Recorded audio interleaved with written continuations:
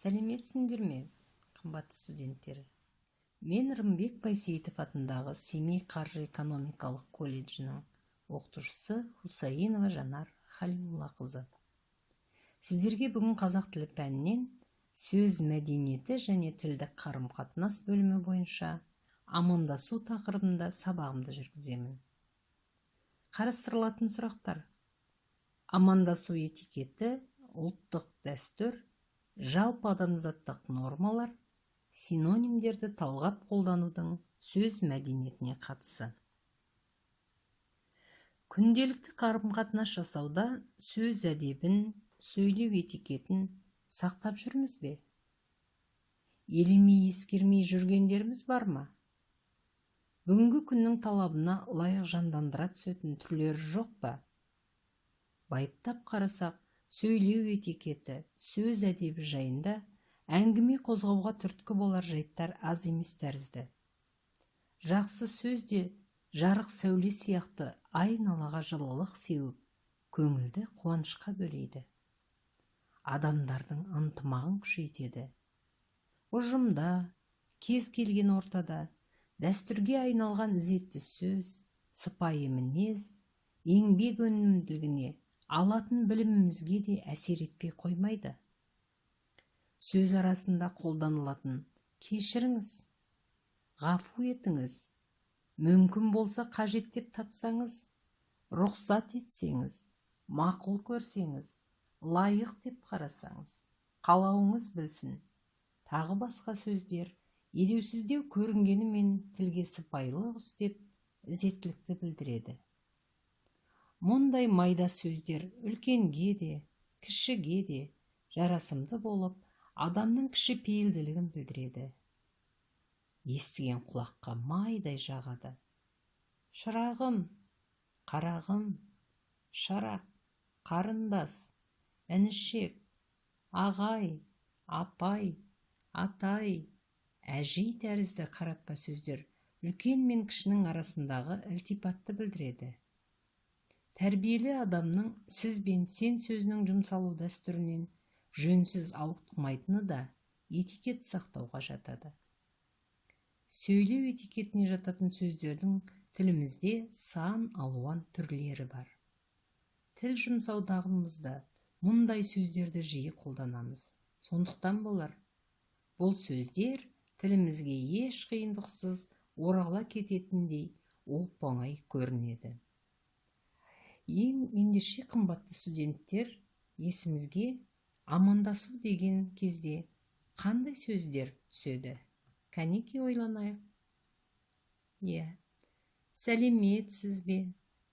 Аман есенсіз бе? Армысыз? Сәлем бердік.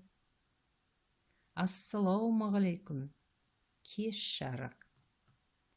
Алайда, бұлардың толып жатқан тағы да синонимдер мен варианттар бар. Сондықтан оларды талғап, таңдап қолдануға тура келеді. Олардан туатын ерекшеліктерге мән бермесек, онда сөз қолданысымызда еш мүкістік жоқ деп айта алмаймыз. Амандық сұрасу тұрмыста жиі айтылатын, құлаққа жиі естілетін сөздеріміз. Бірақ бұлардағы мағыналық, стильдік реңк оларды талғап, таңдап, өз орайында, өз орнында қолдануды қажет етеді.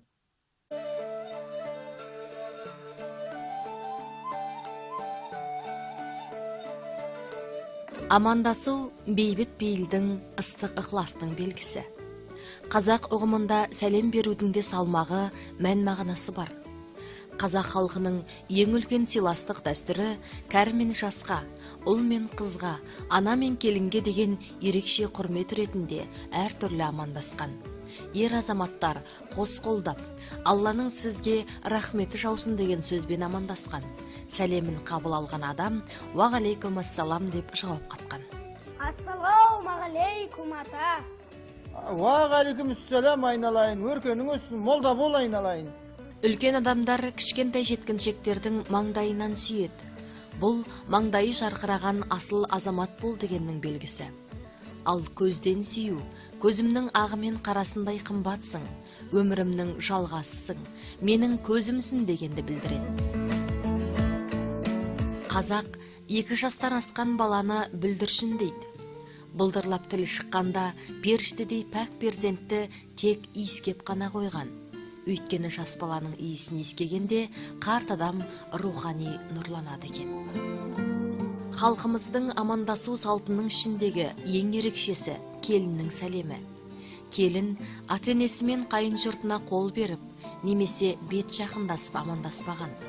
Өзіндік келіндік ізгілігін ұстанып, үлкенге деген құрметін иіліп қана көрсеткен.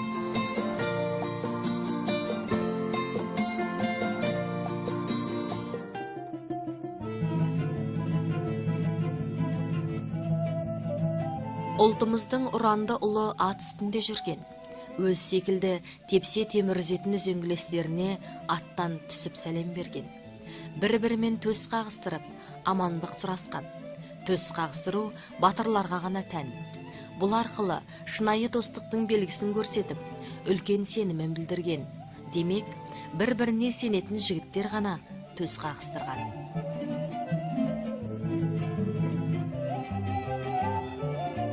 Қырасып келе жатқан қыздар серлерді кезіктіріп қалатын болса, бас изеп қана амандасқан.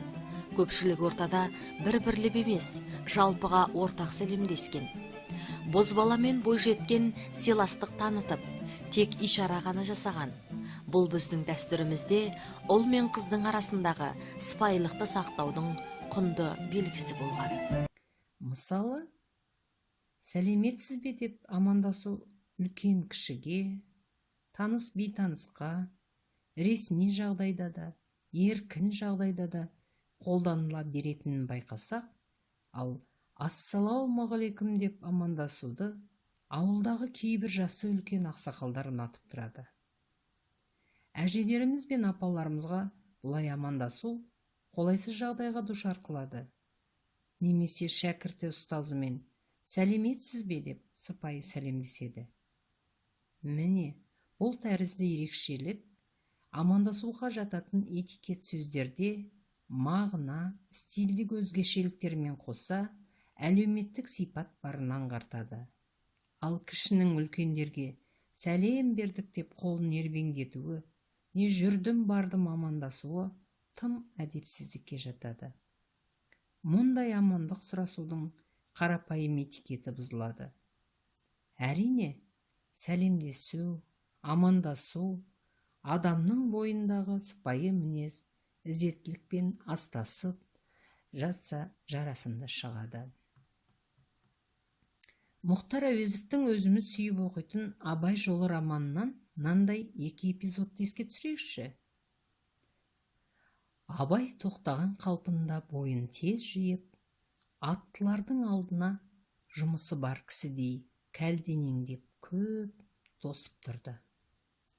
Аттылар мұның қозғалысын оқыс көрді ме, немесе таныды ма, аттарын баяу бастыра бастап, жақындап тұстас келді. Сол уақытта Абай үлкен ықылас білдіріп, айрықша бір тағзыммен төсін басып, қатты дауыстап, «Ассалаумағалейкум» деп сәлем берді. Өзге қазақтан бөлек, мына сияқты бір алуан сыпайылыққа бөжей оң назарын салды білем. Атының басын тежей беріп, «Уағалейкумассалам балам» деп тоқтай қалды. Осылайша кішінің әдеп сақтап, үлкенге ықылас қоя берген сәлемі әрдайым оны кішіпейілділігін көрсетіп, тәрбие парасатын аңғартып тұрады.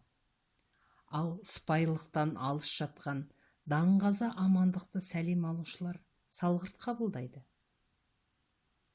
Мысалы, енді біразда ауыз үйдің есігі ашылып, қолына қамшы ұстаған, бет аузын қырау басқан, табанының қары шақыр-шұқыр еткен, аяздаған бір жолаушы кіріп келеді екен. Ол кіре бере, «Ассалаумағалейкум» деп мәжіліске даурыға сәлем берді.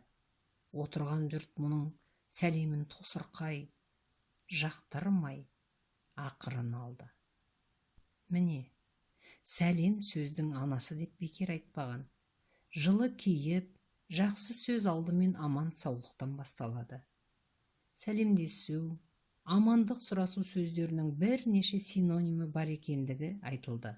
Алайда, тілдің осындай оралымды мүмкіндігін кейбіреуіміз үнемі ескере бермейтін тәріздіміз.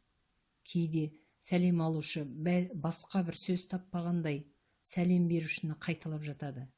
Сәлеметсіз бе деп амандасқан адамға оның өз сөзін қайталап сәлеметсіз бе деуден гөрі аман есенсіз бе деп жауап қатқан жарасымды болар еді.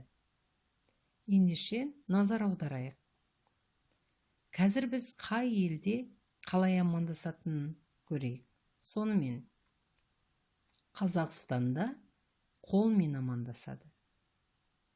Италия елінде құшақпен амандасады. Бразилияда иығымен амандасады. Зимбабведа шынтақпен амандасады. Австралияда шапалақпен амандасады. Енді бүгінгі амандасу тақырыбында өткен сабағымызды қорыту мақсатында мына жауаптарды сәйкестендірейік. Ақсақалдар немесе ер азаматтар қалай амандасады? Азшылық көпшілікке қалай амандасады? Келіндер қалай амандасады?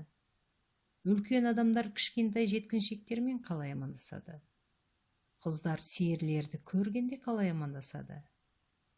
Бозбала мен бойжеткен қалай амандасады? Шәкірті ұстазына қалай амандасады? Есімізге түсірейік балалар.